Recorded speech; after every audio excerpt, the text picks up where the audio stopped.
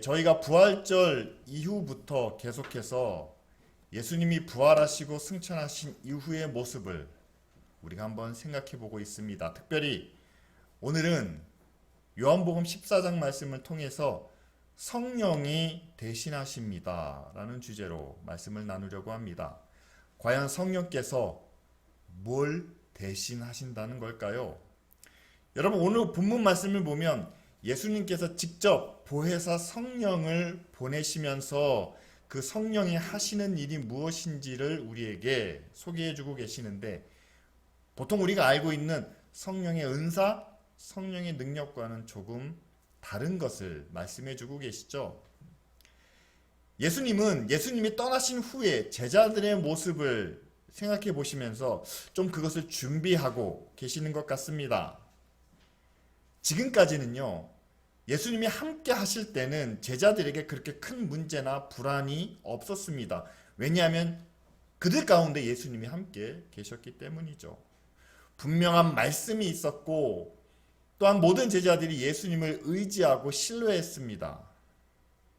그리고 문제가 생기면 예수님이 능력으로 해결해 주셨기 때문에 예수님이 함께 하실 때는 그들이 때로는 다투기도 하고 때로는 불안하기도 했지만 그 모든 것들을 다 순조롭게 넘어갈 수 있었다는 사실이죠.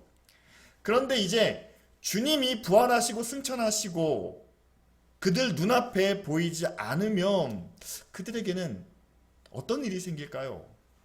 일단 먼저 불안하지 않겠습니까? 예수님께서 많은 것들을 말씀하시고 가르쳐 주시고 보여주셨는데 과연 그것을 제자들이 제대로 이어갈 수 있을까요? 그들만이 당하는 문제나 위기 상황도 있을 겁니다. 그때 제자들은 과연 누구를 의지해야 될까요?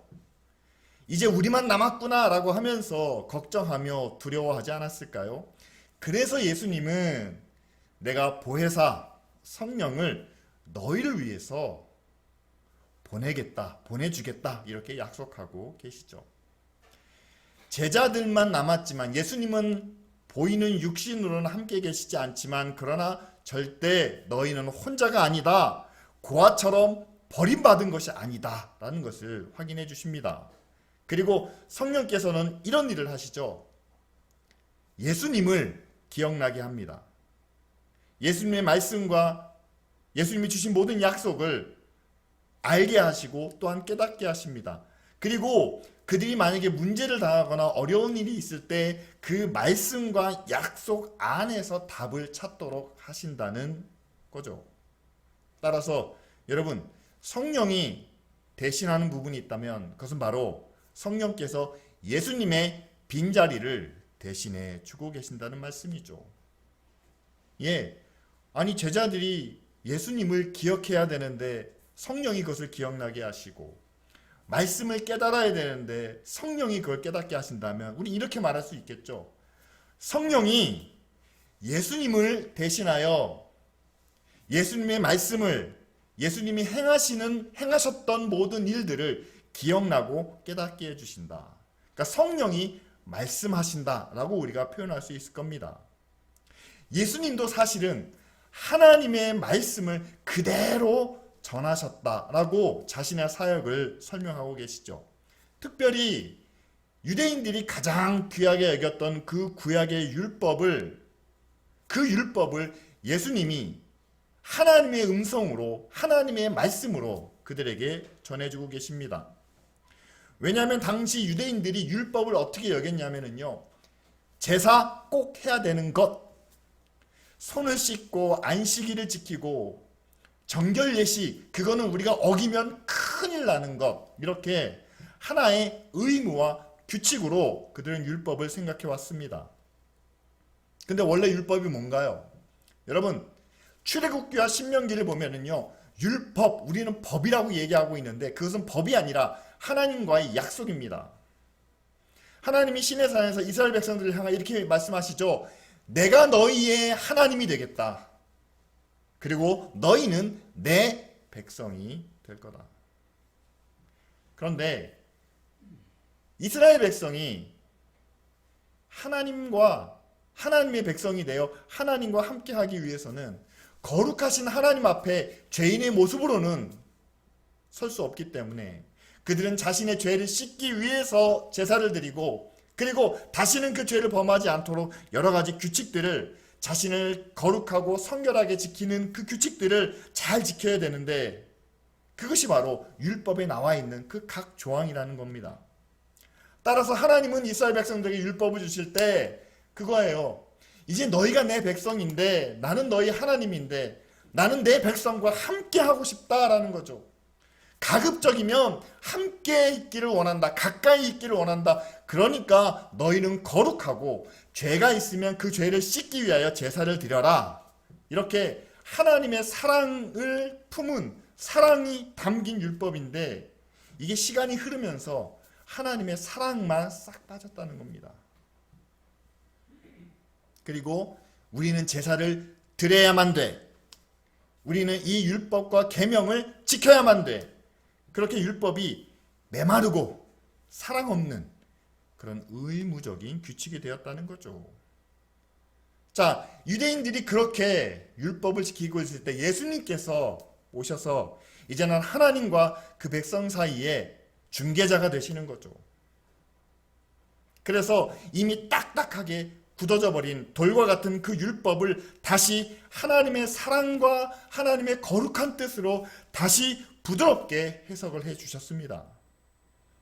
그래서 더 이상 율법을 이제는 어떤 치밀하게 짜여진 어떤 규칙이나 어떤 형식에 의해서 지키는 것이 아니라 하나님이 우리를 사랑하시기 때문에 주신 율법이고, 이제는 우리가 하나님을 사랑하는 마음으로 의로운 자세로 나아가야 되기 때문에 지금까지 내려져 왔던 그 율법과 규칙들을 새롭게 변화시켜서 두 가지 계명으로 요약을 해주시는 겁니다. 몸을 다해 마음을 다해 하나님을 사랑하고, 그리고 내 이웃을 내 몸과 같이 사랑하라. 이것이 바로 예수님이 말씀해 주시는 율법이죠. 그렇습니다. 하나님의 말씀을, 구약의 이스라엘 백성들에게 주신 하나님의 약속을 예수님께서 새롭게 해석해 주신 거죠. 그렇다면 여러분, 이제 우리를 한번 생각해 봅시다. 우리는 성경을 통해 지난 2000년 전에 예수님께서 말씀하시고 보여주시고 가르쳐 주신 그 말씀을 우리는 함께 보고 있습니다. 그런데 이 말씀을 지금의 교회, 지금의 믿는 사람들은 어떻게 이해하고 또 어떻게 받아들이고 있습니까? 정말 예수님께서 제자들에게 직접 보여주시며 설명해 주신 것처럼 지금의 교회가 그렇게 성경 말씀을 받아들이고 있을까요? 여러분, 그렇다면요, 제자들이 받아들인 성경 말씀은 이런 겁니다. 예수님께서 말씀해 주신 모든 계명과 또 우리가 그것을 믿음으로 하는 일들은 바로 십자가의 사랑과는 뗄래야 뗄 수가 없는 일이죠. 우리 죄를 대신하여 십자가에 죽으신 예수님, 그리고 그 십자가의 보혈로 말미암아 우리의 모든 죄를 씻으시고 영생과 천국을 약속해 주신 그 하나님의 은혜, 우리가 그 놀라운 사랑과 큰 은혜를 받았기 때문에 이제는 우리가 주님의 말씀에 따라 순종하며 그리고 사랑하고 섬기라는 이 말씀을 실천하는 것이 받은 은혜에 비하면 그렇게 크지 않다는 거죠. 오히려 사랑하는 것이 당연하고, 사랑하는 것이 옳고, 사랑하는 것이 마땅하다라고 성경은 기록합니다. 왜냐하면 제자들도 그렇게 느꼈기 때문이죠.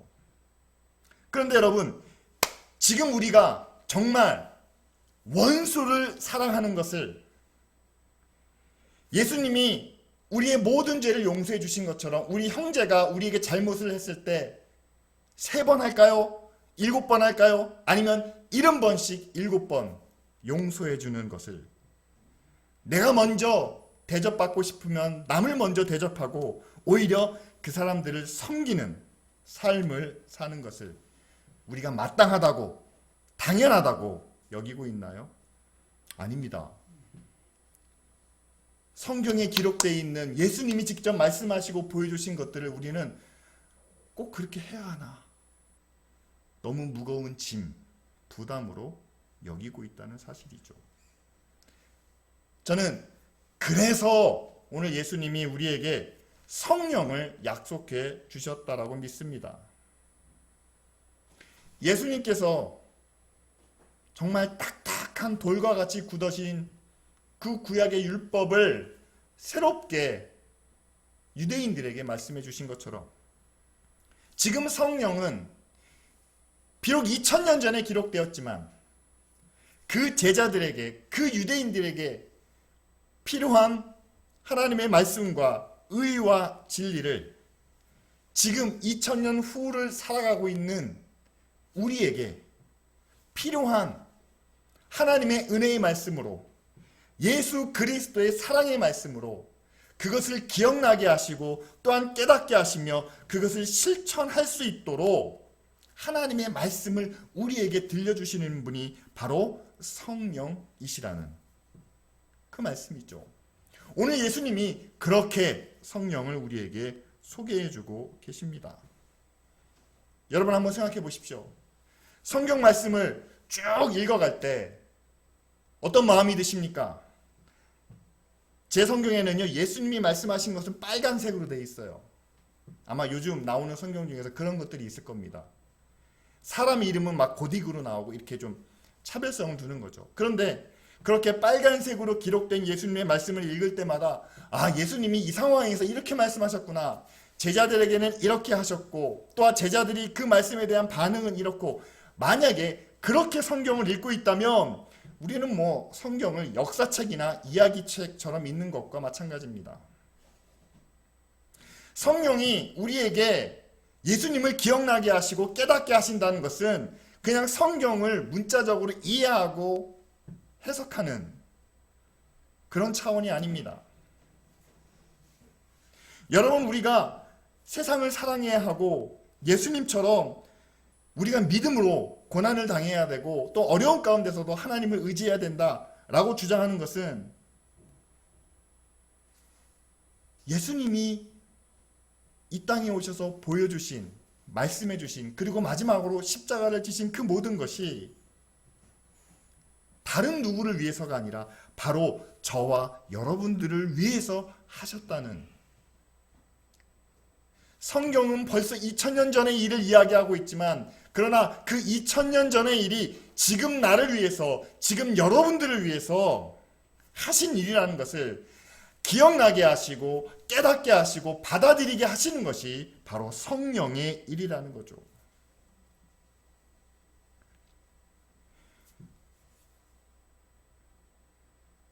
여러분, 오늘 말씀도 분명히 내가 너희를 고아와 같이 버려두지 않겠다라고 말씀하십니다.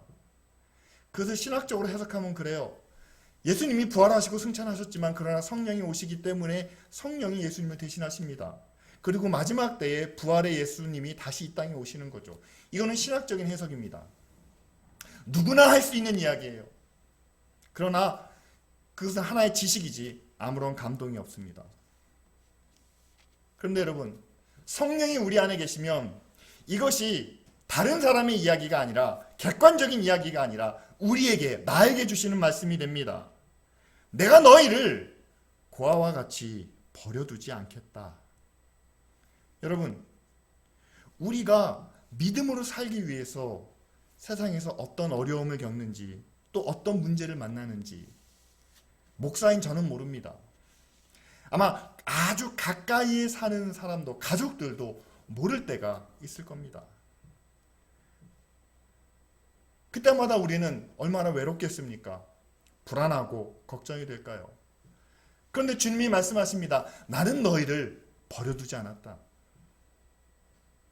지금도 하나님의 영이신 성령을 통해서 너희와 함께할 뿐만 아니라 내가 언젠가는 다시 와서 너희가 이 땅에서 경험한 모든 것, 이 땅에서 치러야 할 그 모든 것, 그 모든 것을 다 기억하고 기록하고 거기에 응당한 대가를, 응당한 보상을 우리에게 약속해 주고 계시는, 여러분, 성령의 말씀을 나에게 주시는 말씀으로 받아들이게 하는 것이 바로 성령의 일이라는 사실이죠. 따라서 여러분, 정말 성령이 우리 안에 계신다면요, 하나님의 말씀이 남의 말이 아니라 내게 주시는 말씀으로 받아들여져야만 합니다. 그리고 성경에서 예수님이 이렇게 하라 저렇게 하라, 또 예수님이 직접 우리를 위해서 이렇게 하셨고 저렇게 하셨다라는 기록을 볼 때마다 나에게도 비록 2000년이란 시간적인, 그리고 그 나라와 우리나라라는 그런 공간적이고 문화적인 차이는 있지만, 그러나 그것을 우리가 어떻게 지켜야 할지 고민하고 생각하게 된다는 사실이죠. 여러분, 지금도 성령께서는 기록되어 있는 하나님의 말씀인 이 성경을 우리에게 새롭게 가르치시고 보여주시고 또한 깨닫게 하고 계십니다. 성령이 사용하시는 여러 가지 방법이 있겠죠. 우리 마음 속에 계시니까 우리의 마음과 생각을 통해서 말씀하실 거고요. 또한 함께 모여 있을 때 우리가 함께 말씀을 읽고 이렇게 함께 설교나 또는 성경 공부를 통해서 나누는 이 과정을 통해서 비록 저를 통해서 전해지는 말씀이지만 그것이 여러분들의 마음속에 새겨질 때 또한 성령께서 하나님의 말씀을 새롭게 깨닫게 하시겠죠. 그런데 여러분, 우리는 그런 지금 우리에게 주시는 하나님의 말씀을 그렇게 잘 듣고 있지 못하고 있을 때가 많습니다. 오히려 그것보다는 다른 것들을 우리가 더 많이 구하고 바랄 때가 있다는 사실이죠. 그것을 우리가 성령과의 소통, 성령과의 관계라고 우리가 이야기하는데요. 여러분, 지금 우리 시대, 특별히 대한민국 안에서 성령과의 관계를 생각하면요, 좀 일부분에 많이 치우쳐 있고 또 왜곡된 모습을 우리는 보게 됩니다. 무엇보다 성령은 여러분, 예수님께서 약속하신 하나님 그리고 하나님의 영입니다. 그렇다면 당연히 우리는 성령을 하나님으로 대하고 또 예수님처럼 하나님의 영으로 우리가 함께 모셔야 되겠죠. 자, 그냥 이렇게 생각해 보시죠. 우리가 제자들이라고 한다면, 예수님의 제자들이라고 한다면 예수님이 이 가운데 함께 계실 때 우리가 어떤 모습을, 어떤 반응을 보일까요? 그분이 우리 가운데 계시면 우리는 너무나 궁금한 게 많습니다. 성경에 대해서뿐만 아니라 일상생활에 대해서도 항상 예수님, 이게 무슨 뜻입니까? 예수님, 우리가 하나님을 섬기려면 어떻게 해야 될까요?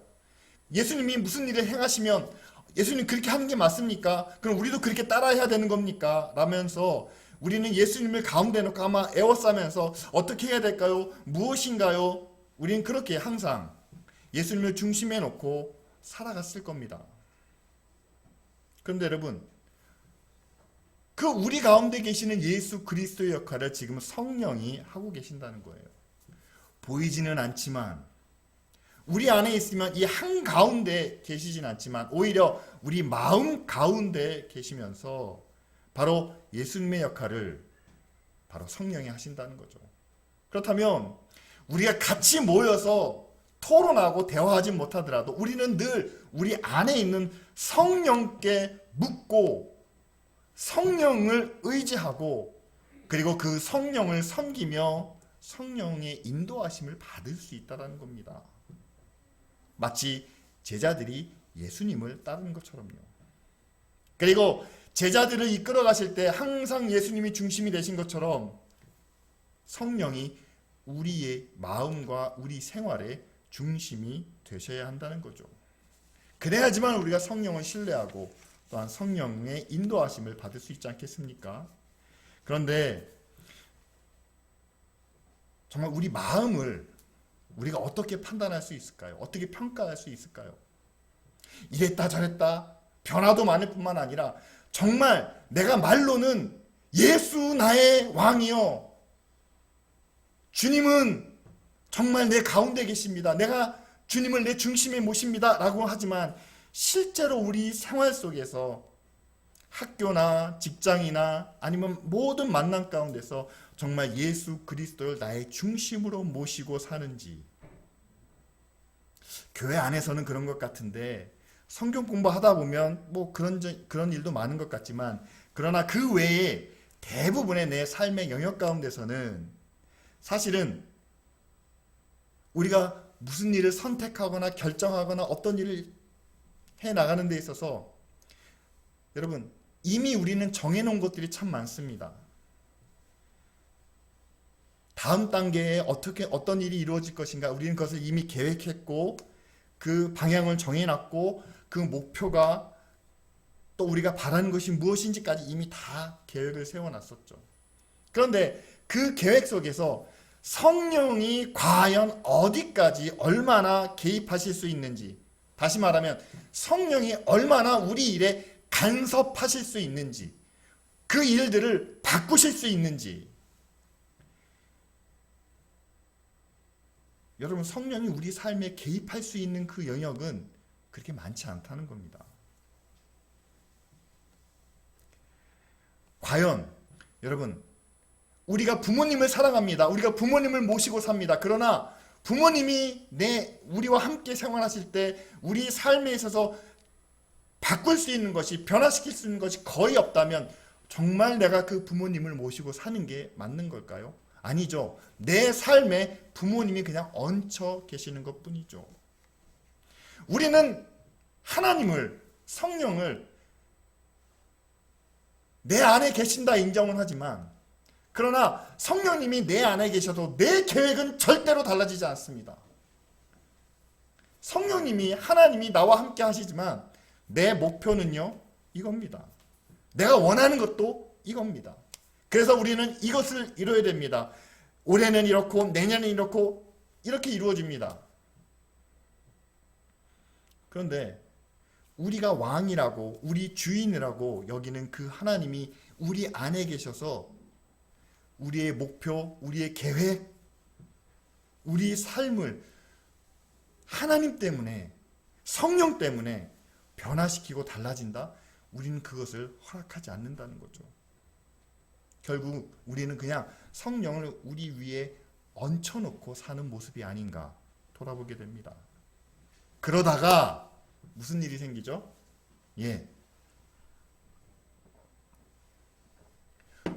우리 힘으로 감당하지 못하는 문제가 생깁니다. 우리 계획에 없던 일이, 그리고 우리 목적과는 전혀 다른 상황이 우리에게 벌어집니다. 이거는 내 영역 바뀌고 내 힘이 미치지 않는 곳에서 그 일이 벌어질 때, 그때 돼서야 하나님,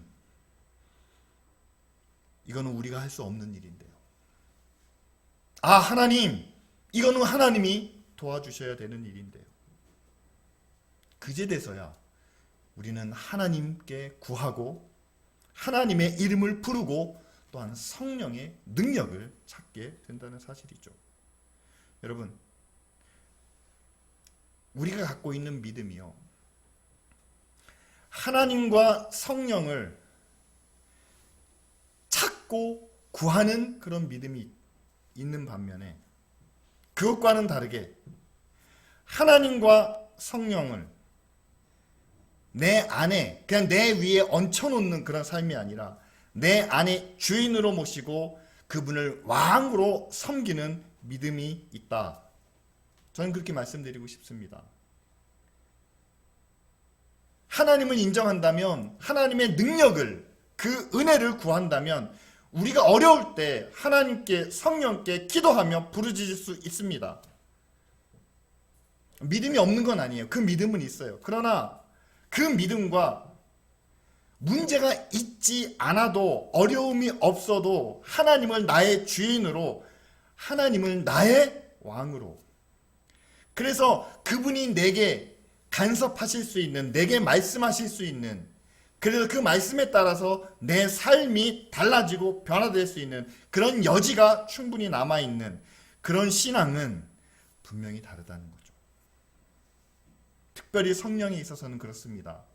우리가, 한국교회가 성령의 은사와 성령의 능력을 강조하지만 그러나 성령이 우리의 주인이시고 성령이 우리의 왕이시다라는 것은 잘 인정하지 못하고 있다는 거죠. 왜냐하면 여러분 교회가 목표를 세워도요. 성령의 인도하심에 따라서 그 목표가 달라지고 변화되어야 되는데 여러분 그런 경우는 잘 드러나지 않기 때문입니다. 우리가 정해놓은 목표를 위해서 성령의 은혜와 능력을 구하는 것, 여러분 성령이 오신 이유는 그게 아니라는 거죠. 오늘 말씀이 우리에게 전하고 있는 것처럼 성령은 예수 그리스도를 우리에게 보여주시는 겁니다. 그분의 말씀을 지금 우리에게 필요한 말씀으로, 지금 우리가 꼭 지켜야 될 말씀으로 깨닫게 하시는 겁니다. 따라서 우리는 그 성령의 역할을 기억한다면 하나님 우리에게 성령의 은사를, 성령의 능력을 이렇게 주옵소서 기도하기 전에 뭘 기도해야 되는 건가요?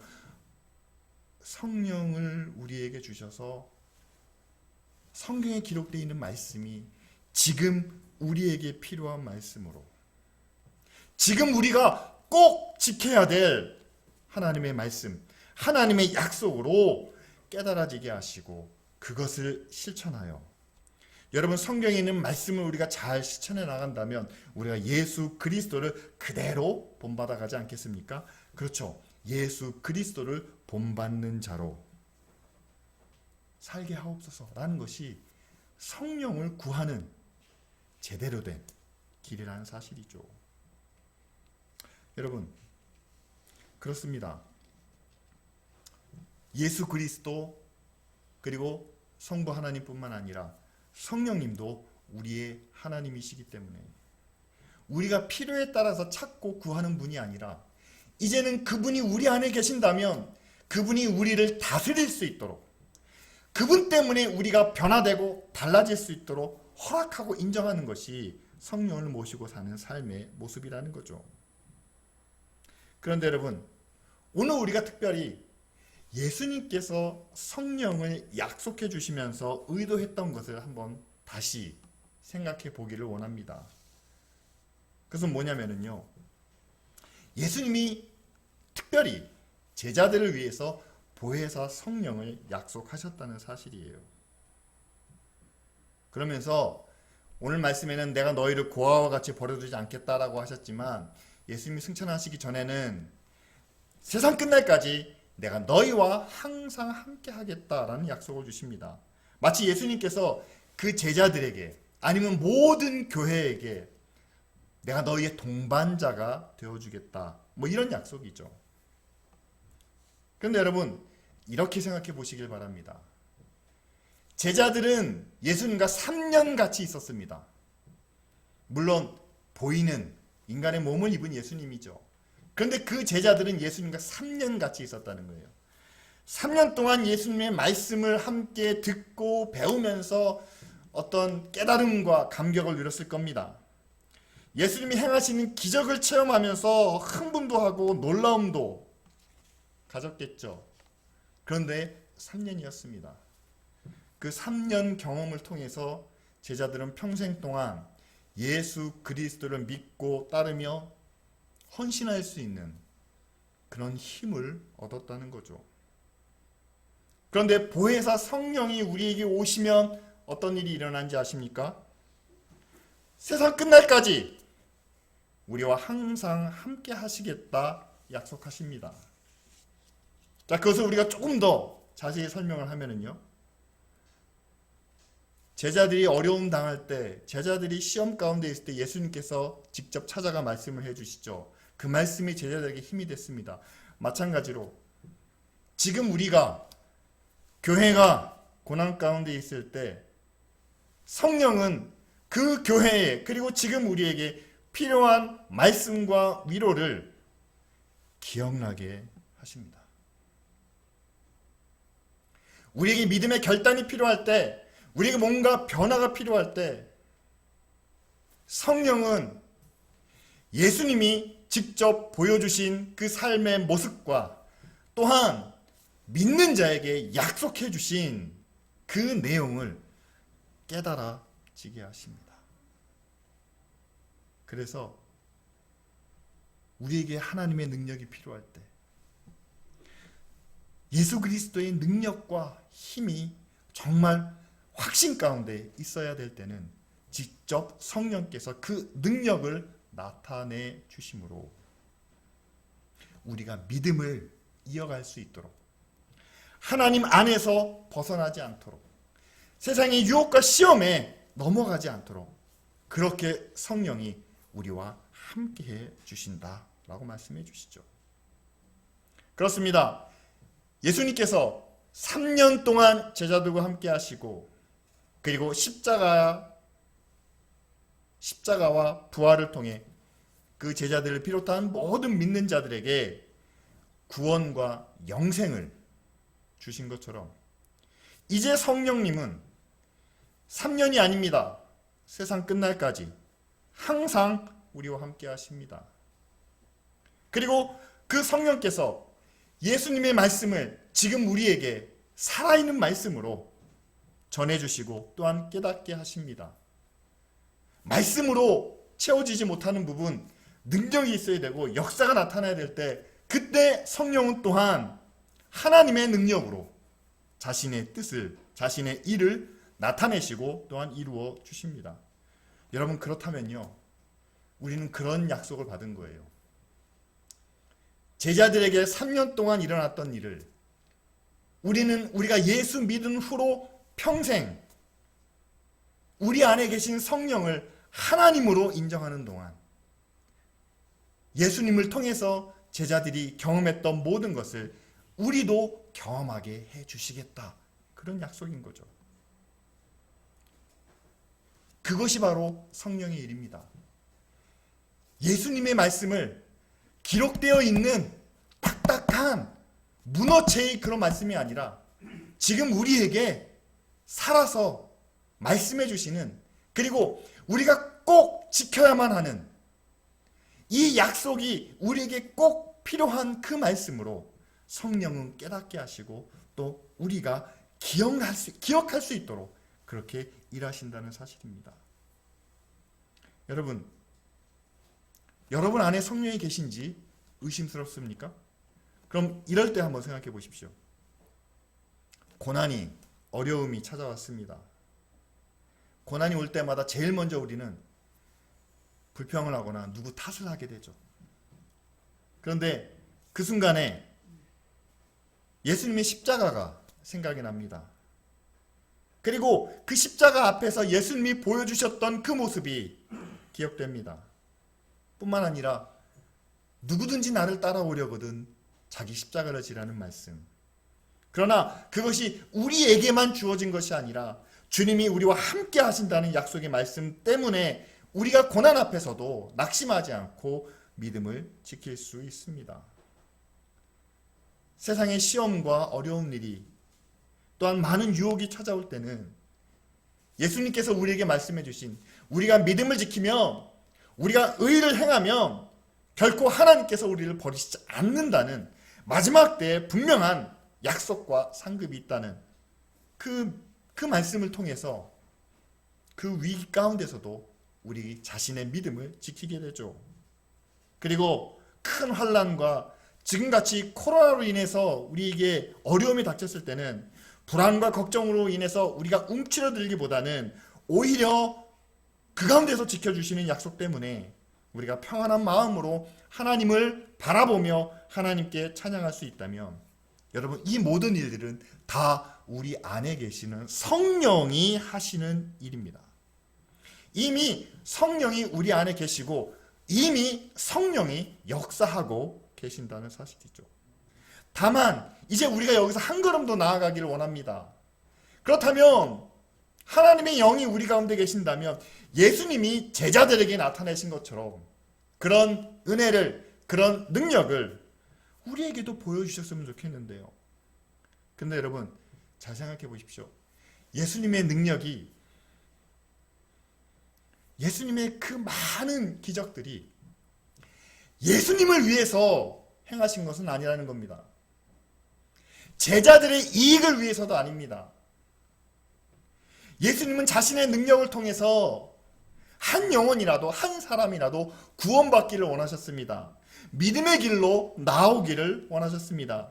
따라서 우리도 우리 안에 계신 성령을 하나님으로 믿고 하나님처럼 주로 나의 왕으로 섬기면서 이제는 내 이익이나 내 목표를 위해서 능력을 구하는 것이 아니라, 은사를 원하는 것이 아니라, 이제는 내 안에 왕으로 계신, 그냥 내 머리 위에 얹혀놓는 성령이 아니라 내 삶에 개입하시고 간섭하실 수 있는 그 성령을 내가 받아들여 그 성령의 뜻대로 하나님의 거룩한 일이 이루어질 때 그 거룩한 일을 위하여 하나님의 능력을, 하나님의 영광을 우리 가운데 나타내 주시옵소서라고 구한다면, 여러분, 우리가 하나님을, 성령을 왕으로 인정하면 여러분, 그 하나님이 자신의 능력을 나타내지 않으실 리가 없다는 사실이죠.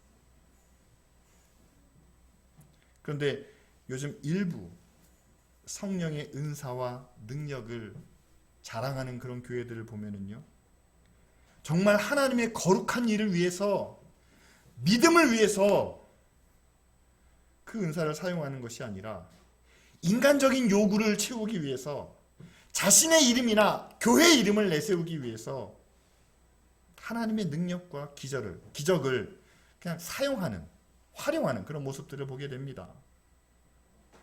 여러분, 오늘 말씀이 우리에게 주시고자 하는 것은 성령이 우리 가운데 계시는 목적이죠. 하나님의 약속의 말씀이 이미 성경에 기록되어 있습니다. 그런데 기록된 성경이 우리 마음에 다가오지 않습니다. 기록된 구원의 약속이 더 이상 우리의 머리로 이해되지 않고, 이 말씀만으로는 우리의 믿음이 확신을 얻지 못하는 가운데 있습니다. 여러분, 그래서 예수님이 우리에게 성령을 약속해 주셨다는 사실이죠. 2000년 전 주님이 제자들에게 말씀해 주셨던 것처럼 이제는 성령께서 이 말씀을 새롭게 깨닫게 하시고 들리게 하시고 해석해 주셔서 지금 우리에게 필요한 말씀으로 우리에게 말씀해 주십니다. 그리고 때로 이 말씀을 듣고 깨닫는 것만으로 우리가 믿음을 지키지 못할 때, 그때는 살아계신 하나님의 능력으로 우리의 믿음이, 구원의 확신이 흔들리지 않도록 우리를 굳게 붙잡아 주시는 그 능력을 나타내 주시는 거죠.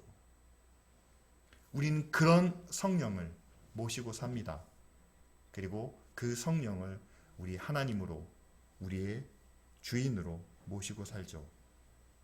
여러분, 이 시간 우리가 함께 기도해야 되지 않겠습니까?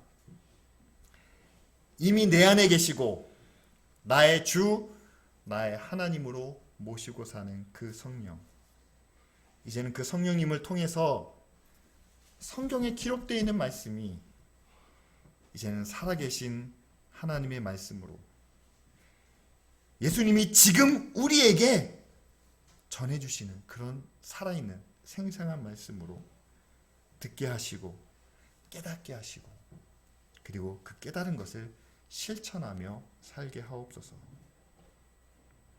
그렇게 우리의 주인 되신 성령을 의지하고 또한 예수 그리스도를 본받는 그런 삶을 살아감으로